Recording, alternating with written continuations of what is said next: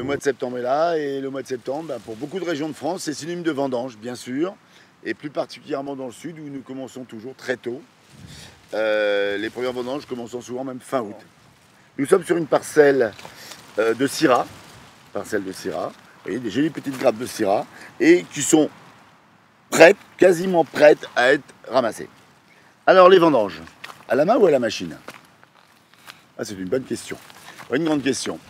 Comme vous le savez, dans le Languedoc, ici où nous sommes, 90%, voire 95% des vendanges sont faites à la machine, sont mécanisées. D'où l'intérêt d'avoir comme ça des vignes palissées, ce qui aide bien sûr, ce qui facilite le travail.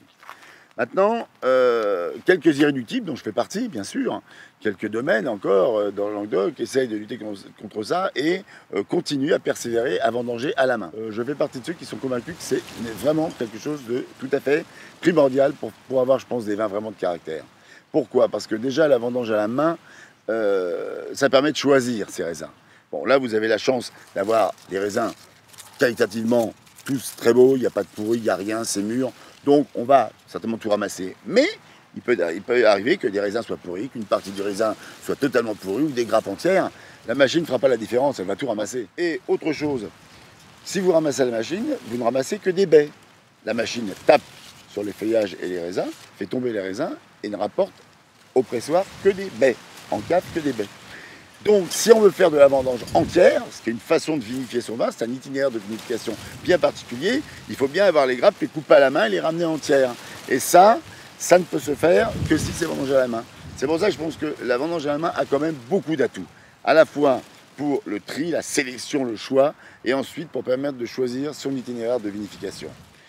Alors donc, pour cette parcelle, je pense qu'on va commencer dans 2 ou 3 jours. Le geste sera simple, le geste est simple.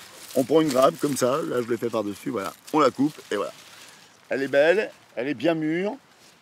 Je pense qu'on s'achemine, si la météo veut bien rester comme elle est, comme clémente, on devrait s'acheminer vers un joli millésime dans les Languedoc-Roussillon pour cette année 2015.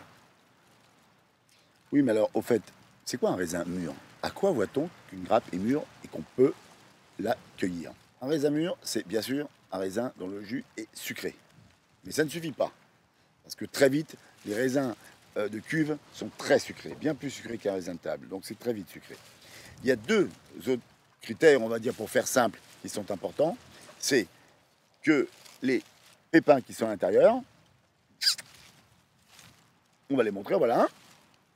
Que les pépins aient cette petite couleur marron, que vous voyez.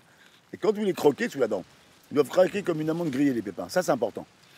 Un pépin vert n'est pas synonyme d'une grande maturité pour le raisin.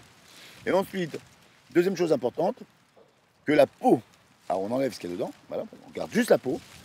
Quand vous croquez la peau d'un raisin, d'une baie, la peau doit être goûteuse. C'est-à-dire que vous devez avoir sur ces syrahs par exemple, parce que là on parle de syrah, sur ces petites grappes de syrah, on doit avoir des notes un peu poivrées, un peu épicées. La peau doit avoir du goût. Et surtout, la peau ne doit pas laisser en bouche trop d'astringence. Vous voyez ce côté râpeux en bouche. Et s'il n'y a pas trop d'astringence, si c'est tout doux, tout délicat, on peut considérer qu'on arrive doucement à maturité du raisin. Voilà. Donc il y a 3 éléments importants qui peuvent nous permettre de décider ou pas la vendange. C'est bien sûr le taux de sucre, ça c'est évident, mais surtout la maturité des peaux et la maturité des pépins. Et puis quelquefois après, la météo est des fois un critère malheureusement qui nous oblige à aller plus vite qu'on ne pensait et à accélérer quelquefois le processus de vendange. Mais ça, bon, c'est une autre histoire. Ma petite grappe de syrah, elle est mignonne.